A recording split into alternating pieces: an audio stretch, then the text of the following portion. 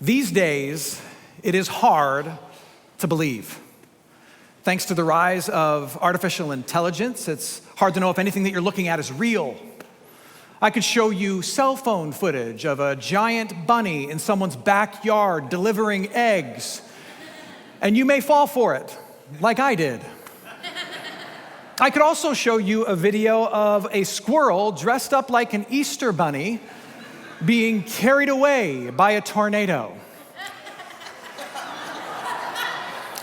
This one I did not fall for. It's hard to know that what you're looking at is real. It's hard to know what to believe. And thanks to the algorithm, which constantly feeds us awful, terrible, evil stuff, it's hard to know if anything around us is worthy of our belief.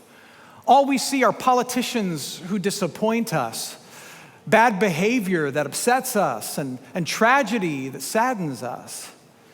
It is not easy to believe these days in anyone or anything. And yet, the great invitation of Easter is to believe.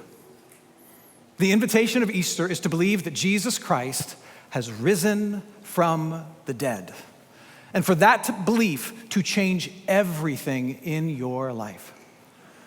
In the Gospel of John, he plainly states what the purpose of the entire story of Jesus' life, death, and resurrection is. We just read it, but it's worth reading again. Take another look with me. John chapter 20, verses 30 and 31.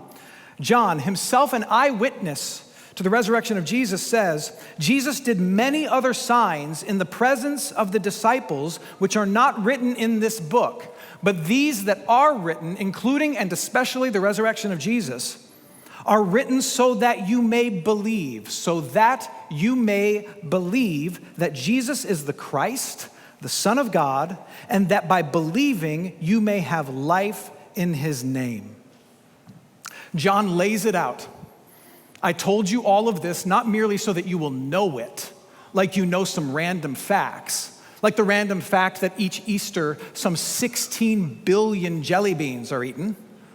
That's about 15.75 billion too many in my mind. John says, I don't want you just to know this. I have shared this with you, this true story of Jesus. I've shared this with you so that you might believe it. And in believing this true story, your life might be changed. Over the years, I've had many people in various ways say to me, you know what, Pastor, I would love to believe. I would love to have more faith or a stronger faith, but I have questions. To which I typically respond, well, I got good news for you. You are not alone. I have questions too. The truth is that there is room for doubt within belief. Did you know that? That there is room for doubt within belief. Another one of my favorite moments in the entire scriptures is found at the end, the very end of Matthew's gospel. Jesus has risen from the dead and he's spent 40 days. That's a lot of days. 40 days resurrected alive with his disciples, teaching them, spending time with them, even cooking meals for them. He's cooked food for them. He spent 40 days with them. And then at the end of this 40 days, he gathers them together as he ascends into heaven and hands the keys to this new thing called the church that he started, hands it over to them. And Matthew tells us that something really, really interesting happened in that moment.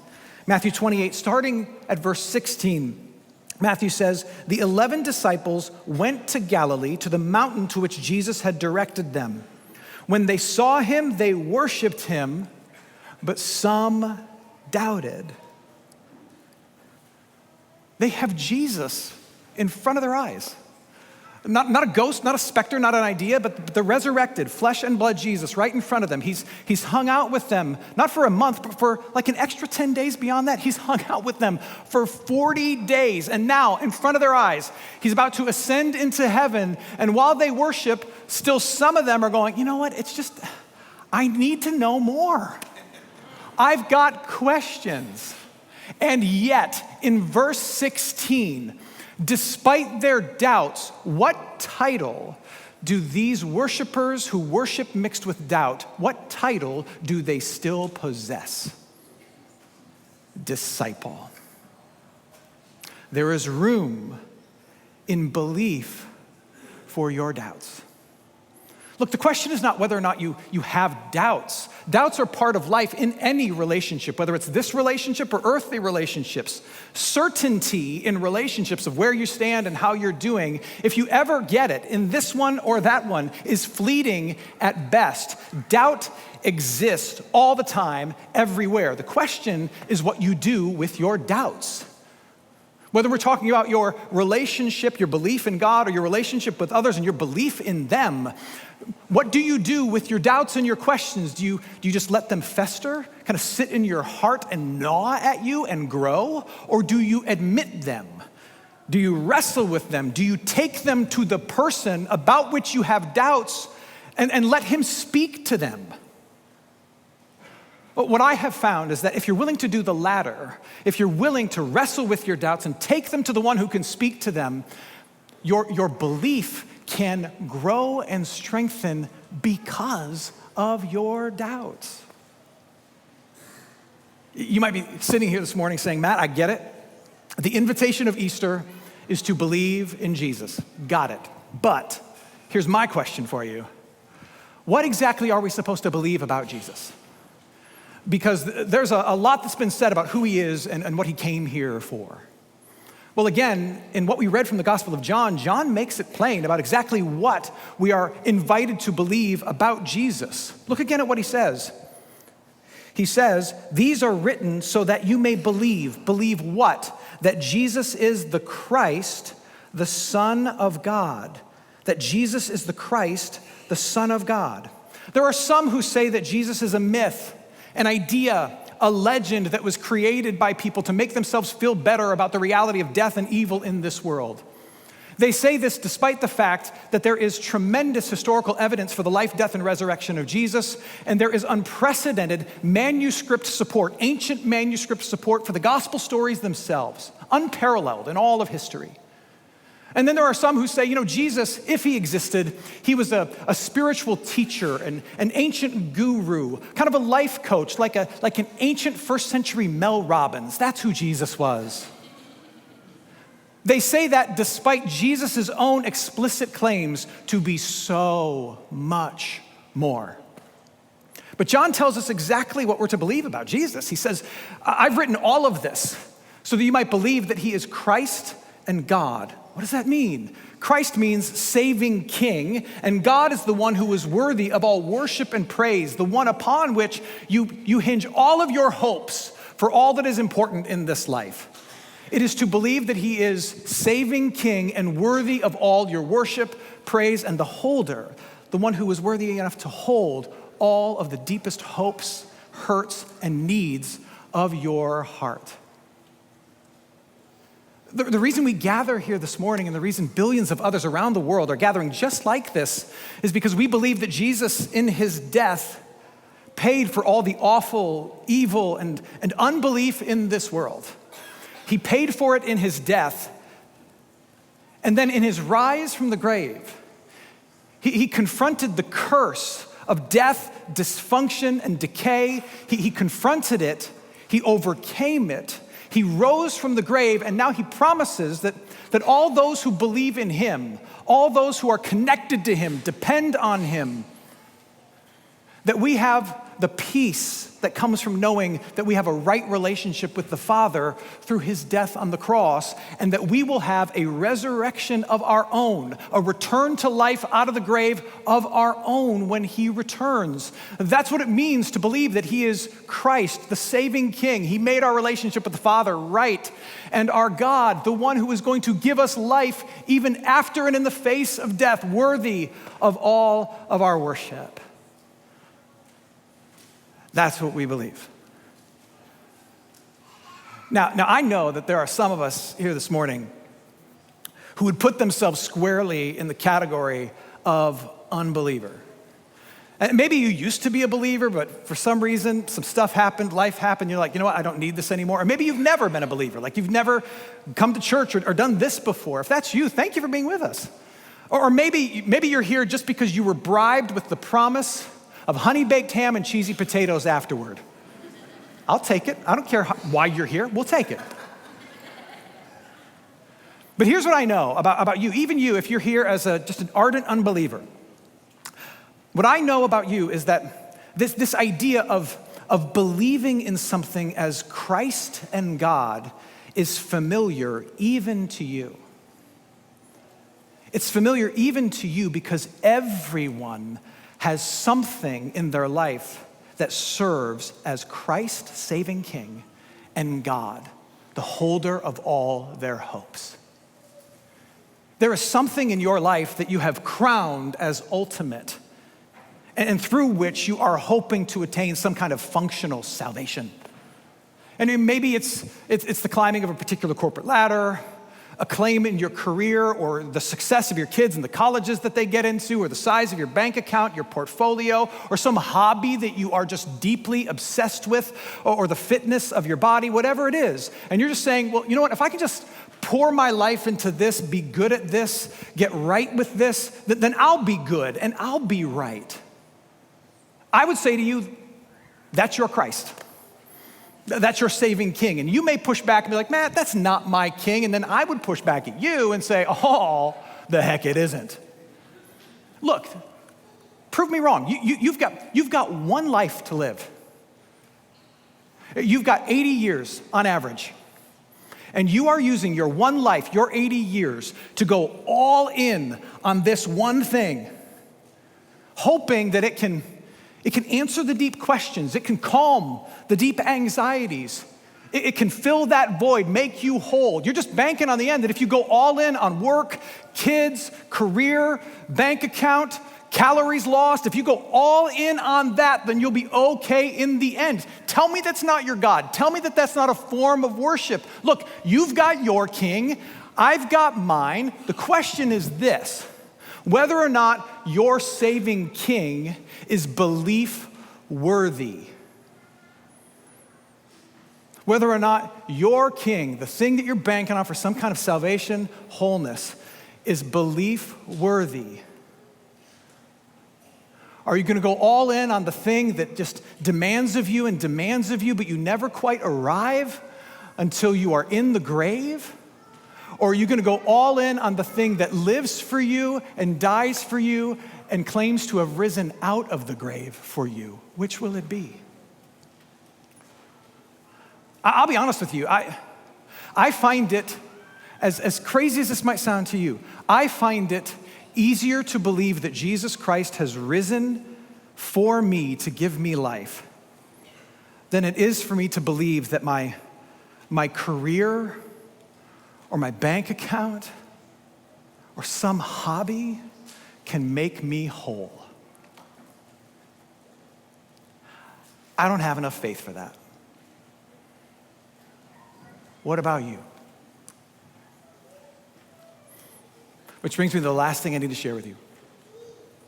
What is the benefit? What is the payoff of this belief that Christ is King, worthy of all your worship? What do we get from that? Well, again, we go back to the text and we can look at what John tells us. I mean, John makes it plain. He says, "These are written so that you may believe that Jesus is the Christ, the Son of God, and that by believing you may have life in his name." The gift that comes from belief is life. Let me explain. You and I, we are surrounded by death and its close cousins, decay and dysfunction, all the time. Now, don't get me wrong. This life is filled to overflow with blessings and beauty, good things, amazing things, gifts of God, things like that moment when your child calls you by your name for the first time, Dad, Mom, or that moment you realize that God has made such a thing as Reese's peanut butter eggs, which, hear me, which are better than the cups. The cups are good, but the egg is superior. There's more peanut butter. Some of you are believers. That's right. This life is full of good things, but also death, decay, and dysfunction, that they are always looming around the corner, kind of haunting us. It's like when your kids are little and all of a sudden you wake up in the middle of the night only to find your 3-year-old like standing over the bed staring at you, like they're possessed by some kind of demon. You're like, oh my God. What's wrong with you? That's what death is like. It's just standing in the doorway of your room, just like staring at you. And we go through life wondering, when is it gonna get me? When is it gonna hurt or harm my people? And what Jesus has given us is this weapon with which to confront the death that looms, the decay that haunts, the dysfunction that destroys. He's given us this weapon of knowing that though death looms, life wins. He's given you the knowledge of that. I mean, if he's alive and he's promised life to you and me who follow him, who believe in him, who've been baptized into his name, then what we know is that though death looms, life wins. What he's given to you is a powerful perspective that gives life tremendous purpose and peace. Because you get to now go through life, no matter the trials that you face, the difficulties that you are dealing with. And even through tears, as you recognize these things, mourn these things, grieve these things, you are able with a heart of faith to say, this won't win. Life wins. That won't win. Life wins. That won't win. Life will win. And in a world where everybody else is frantically trying to figure out, what do we do with death? What do we do with death? What do we do with decay and dysfunction? You've got the ability to look it all in the face and go, it won't win. And that is a superpower in a death-riddled existence. That is truly living, to know that life wins out. Look, it's not easy to believe. We don't know if what we're looking at is real or if the people around us are belief worthy. It's hard to believe these days, and yet the invitation of Easter is precisely that, to believe that Jesus Christ is risen, to believe that he is your saving King and the holder of all your hopes, worthy of all your worship. It's to believe that you can look at death in all of its forms and all of its manifestations, and you can declare in the face of it, even through tears, that life will win. That's the invitation, to believe that. And what difference might that make in your life tomorrow morning when you go back to the real world? Well, I'll offer you this. What it will give you is, it will give you a peaceful perspective as you deal with frustration. What are the things that frustrate you at work, at home? If Jesus is alive, then you get to look at that frustration and you get to go, this won't win, this won't last. Oh, they won't win. It gives you purpose even in the midst of pain. What are the pains you're experiencing right now? Is it the loss of a job, the meltdown of a marriage, a diagnosis that has you shaken? What is it? And I don't want to minimize that at all, but if Christ is risen, then what you get to do tomorrow, as you go back to life, go back to reality, is you get to look at that pain and you get to go, this won't win. It is happening, but it won't win. It will give you purpose and peace even in the face of tragedy. Have you experienced a tragedy? It will give you purpose and peace even in the midst of that, because you know the trajectory. Yes, you're going through it, but you also know where it's going. It won't win. Life will win.